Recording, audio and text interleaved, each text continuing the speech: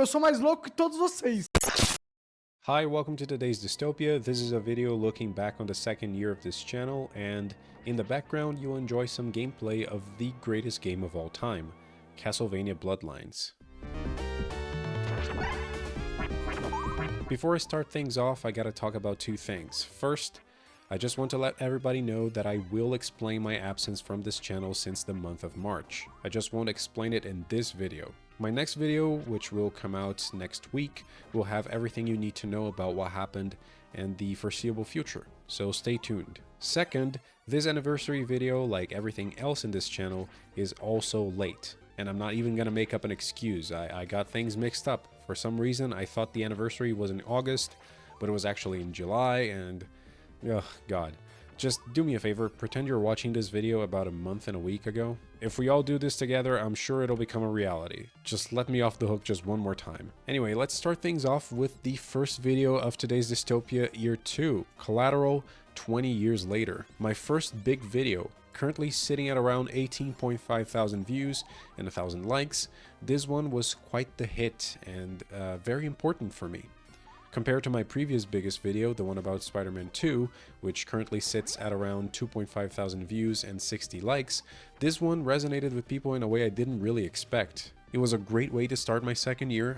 I poured my heart out to make it, and I truly think it's still one of the best pieces of writing and editing I did for this channel. Overall, this feels like a true continuation of my very first video about Sir Experiments Lane. Not exactly in its themes, but more in its style. I don't know if I'll be able to explain because maybe I'm the only one who can see this, but the style and the vibe I tried to hit with the first video only truly continued with the one about Collateral. I truly think I was able to express everything I needed and wanted to express in regards to how important this movie is for me and why it's so good. I do feel like the script got a little rough around the edges when I was talking about Jada Pinkett Smith's character. What I say about Annie is very important for the text, but I didn't quite find the right moments to transition into that. So it might feel a little out of place sometimes, or like I'm making a flimsy connection. Not because the connection is actually flimsy, but mostly because I couldn't justify it as well in the writing. This video is also responsible for starting the race to fully monetizing my channel. For those who don't know, to get fully monetized on YouTube, you need 1,000 subscribers and 4,000 hours worth of watch time. This video kicked things off and helped me progress about 15% into my overall goal, if I recall correctly. Oh, and the watch time refreshes every 365 days, right? Every year. So if you get 500 hours of watch time because of a video and then you don't post anything for a year since you posted said video, the watch time counter goes back to 0. So the Collateral video essentially said, hey, you have 1 year to take advantage of the little bit of attention you're getting right now. So get to work. And I did. Starting with the Collateral video, I also changed the style of my thumbnails so they would have a recurring visual identity. I quite like this font. It's called Next Art. I think it's pretty, it's stylish, it's sharp. It doesn't always work when it's hollow or outlined, however you're gonna call it. So in my third year, I might experiment with using it differently, but this will remain my thumbnail font from here on out. Also, thank you to the few people who corrected my pronunciation of the word Mozambique. I mispronounced that word throughout the video. What can I say? My first language is Portuguese. I was pronouncing the damn word kind of how we say it in here, which is Mozambique, so thanks a lot. On to the next video, The Conversation, Francis Ford Coppola's Paranoid Nightmare. Currently sitting at 565 views and 26 likes. I always knew this one would be a quote-unquote failure. I don't think it's a bad video or anything like that. I mean, it is a little unimaginative in its editing sometimes, and there are a couple of hiccups on the audio, but this is more about the fact that I'm talking about a niche film that not everyone likes or has even heard about. It's a movie directed by an old guy and starring another old guy, and it was made in the 70s. It's neither Gene Hackman's nor Coppola's most popular film, so I get it. I'd be surprised if it got more than 1,000 views. Also, the thumbnail is not ideal, at least not for the YouTube ecosystem. I dig it, it looks cool to me, and I had fun working on it, but it's a little too artsy and vibey to actually get people's attention, like to get anything across. I could have gone for something more objectively attractive to people, but I decided to operate on vibes instead. and I'm sure I paid the price for that. With the negatives out of the way, I do think this is a solid script. I brush on the history behind the movie and its genre, I make a somewhat compelling character analysis on the protagonist, and I eventually let the writing trickle down to a more overt expression of my personal opinions, which, if you haven't noticed, is my whole shtick for this channel. It's always personal, it's always about my feelings. You'll never catch me saying that art criticism can be somehow objective. It can't. It's always subjective. I love espionage stories and I love paranoid thrillers, and The Conversation is one of the greatest films of all time. I mentioned at the end of the video that it's part of a trilogy on my channel about paranoia and surveillance, and I'm definitely excited to talk a little more about this subject in the future. And, of course, revisit what I have already talked about in the past. Rest in peace, Mr. Hackman. You were one of the greats. And as of recently, Francis Ford Coppola had a bit of a health scare. Apparently everything is alright now, but I'm wishing him eternal health. I hope everything is okay and everything turns out alright. On to the next video, the most haunting death scene in film history. Yes, my Nosferatu video. I'm gonna tell you something. I thought this video fucking sucked when I first released it. Seriously, I thought it was trash. It's currently at 2.8 thousand views and 58 likes, and I thought it deserved much less. There's something about the fact that I didn't just make it because the subject is interesting to me, but also because I was trying to hop onto the hype train for Robert Eggers' Nosferatu. Something made me feel a little dirty about the video, like I was selling out or some dumb shit like that. Rewatching it now, I realized this video is quite alright. The writing is consistent, I got into my fear of death, I was vulnerable without sounding like I was throwing myself a pity party, and instead just talking about something that truly scares the living daylights out of me. I had a lot of fun with the little animations at the start and at the end of the video. They took quite a bit of work to look cool, but they were so much fun. And I also really liked this little thing I did where I put the original Nosferatu on top of the Herzog one. Writing and analysis wise, I think the video is really simple, kind of bare bones, and it doesn't have that strong a narrative pull. But I think it's a fun, interesting, and bite-sized essay. I wish I had been kinder to this video in the past, but I'm happy I made it now. Also, these were the 3 thumbnails I put out, and the one people clicked the most was this one, because you motherfuckers are perverts. I eventually replaced this version with one with text, just to keep all the thumbnails consistent. So overall, it's an okay video.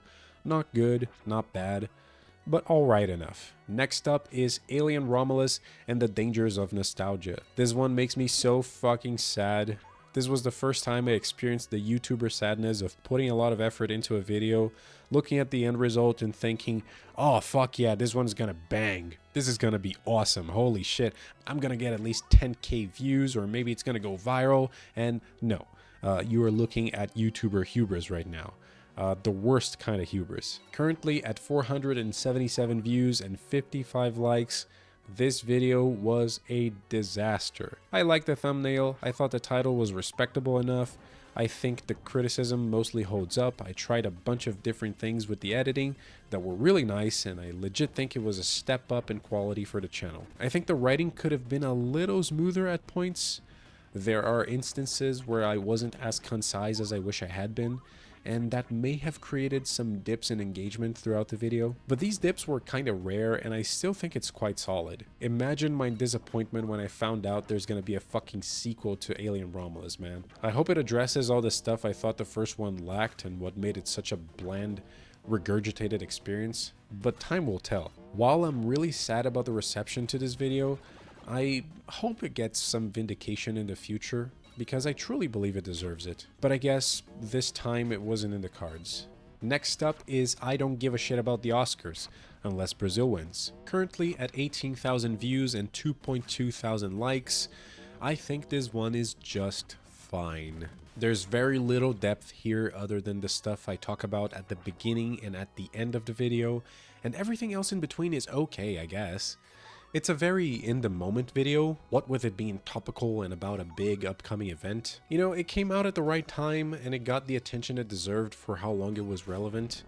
This is the thing about topical videos, they will die down pretty fast once the topic at hand is obsolete. There's also nothing that interesting done with the editing in this video, except for a thing that is kind of funny here and there. What was nice about this video though was the engagement.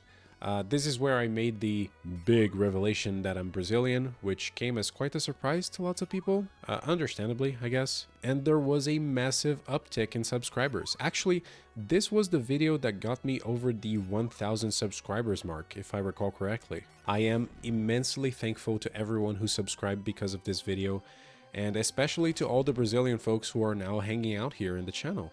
Thank you so much. É nóis, porra. This video brought out some weird people too. Mostly people who were mad at the fact that I was rooting for Brazil despite the Oscars being trash, or the fact that I openly talked about the military regime my country went through as a bad thing, or the fact that I am evidently left-wing. Honestly, fuck that. I don't really care about engaging with weirdos in my comment section. If you're being weird, if you're being combative for no reason, if you have an antisocial attitude, or if you're engaging in bad faith, I'm not gonna fucking talk to you. And depending on the shit you're saying, you'll be lucky if I leave your comment up. Anyway, a couple of quick little points about this video. First one is that I forgot to add the little thank you for watching message at the end. I don't know why. The whole ending of the video felt kind of rushed, and I think I forgot to add it, and I think that sucks. Second, the thumbnail is terrible. I'm sorry, I forgot. Seriously, I forgot to make the thumbnail for this video, so when I was uploading it, I realized I had no thumbnail, so I rushed one out. And it came out looking horrendous. God, this video was such a fucking mess. Next up is the final video of year 2, why I'm still playing Ground Zeroes in 2025. Indisputably my biggest video yet. 147,000 views and 4.2 thousand likes as of the time of recording and counting. Fun fact about this thumbnail is that it was made from a shitty wallpaper from a random website. The quality and resolution were awful, but I thought, I wonder if I can make this work by changing some color and lighting settings and applying a cool scanline filter, and lo and behold, this is the result. I quite like it. Looks cool, has a nice vibe, and coupled with the title, I myself would click on this video. And I feel like this is how I usually try to make thumbnails. I'm not exactly going for the stuff that's gonna grab people's attention in an artificial way, but something that has a nice vibe and aesthetic, you know, like a cool comic book cover. And that, at the end of the day, kinda serves the same purpose of making a clickbaity thumbnail. This was the first time I talked about a video game, and I assure everyone it's not gonna be the last. I had a lot of fun with this video, and I feel like I was channeling the same vibe I used to make the Alien video, except I was being openly positive about something as opposed to negative. Seriously, making this video was great. I spent hours upon hours playing Ground Zeroes trying to get footage, which was a lot of fun and really hard, and allowed me to engage with it deeply. The idea for this video popped into my head when I had the itch to play through Ground Zeroes again, and all of a sudden I realized I couldn't possibly be the only one who thought Ground Zeroes was special, and it had something different to offer to the average stealth player and the average MGS player. There is just one thing I'd like to address. There were some comments talking about my complaint regarding the Phantom Pain's resource collection. Some people said they didn't have any issues with it and they didn't think about collecting resources to get what they needed to get, and I think I should have been a little clearer in my criticism. Like, yeah, you don't need to go out of your way to grab resources to research the very basics of what you need, but the moment you steer into trying to get something else, the resource prices ramp up aggressively, and so does the research time. And I hate that. I hate having to wait real life time and grinding for so many resources to get stuff that the game puts right there for me to see. Just take a look at how much stuff you need to get the Molotov rifle. Don't get me wrong, a big endgame weapon should be expensive and hard to get, but this is fucking ridiculous. My only regret with this video is that I focused only on the Ground Zeroes design philosophy and gameplay and didn't even talk about the story. I can understand why I did that at the time, but it made it seem like I didn't care about the story, which is definitely not the case. I love the story in this game. It's great, it's mysterious, dark, moody. You know, it's a great prologue. So good, in fact, that lots of the story in the Phantom Pain doesn't actually live up to it. Also, since the video is in 60 FPS, my little thank you for watching animation wasn't actually rendering. It was like killing the video for some reason, and I had to put a weak sauce version of it instead, so that sucks. The thing that makes me the happiest about the reception to this video is how many people show up in the comments saying stuff like, "Finally someone said what I've been saying or thinking for years." This kind of identification with the work is really awesome. I'm happy it resonated with so many people. Granted, making a video about Metal Gear Solid or anything relating to Hideo Kojima will often get lots of views as long as you do the bare minimum of producing a decent video, but I'm definitely taking this one as a huge win.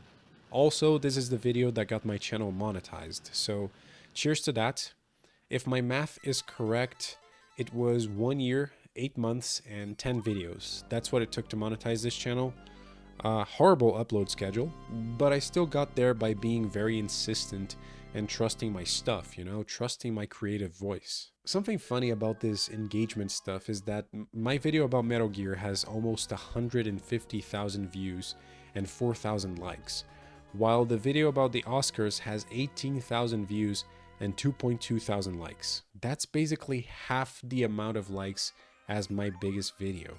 And that's because Brazilians are awesome. We engage with stuff, and I really love that. In my very first anniversary video, I talked about how I appreciated my, at the time, 17 subscribers. I talked about how I presented college assignments to less people than that, and I was truly thankful to everyone who subscribed. Now, at 2,042 subscribers, we could be filling up a very large auditorium. Maybe some people wouldn't even be able to get in, but I would do my best to, slip people in. I didn't make as many videos as I wish I had on my second year of channel, but at least we have some more stuff coming in the year 2025, and even more coming in today's Dystopia year 3. So yeah, that'll be that for now. Thank you so much for watching. This has been today's Dystopia, and I'll see you next time.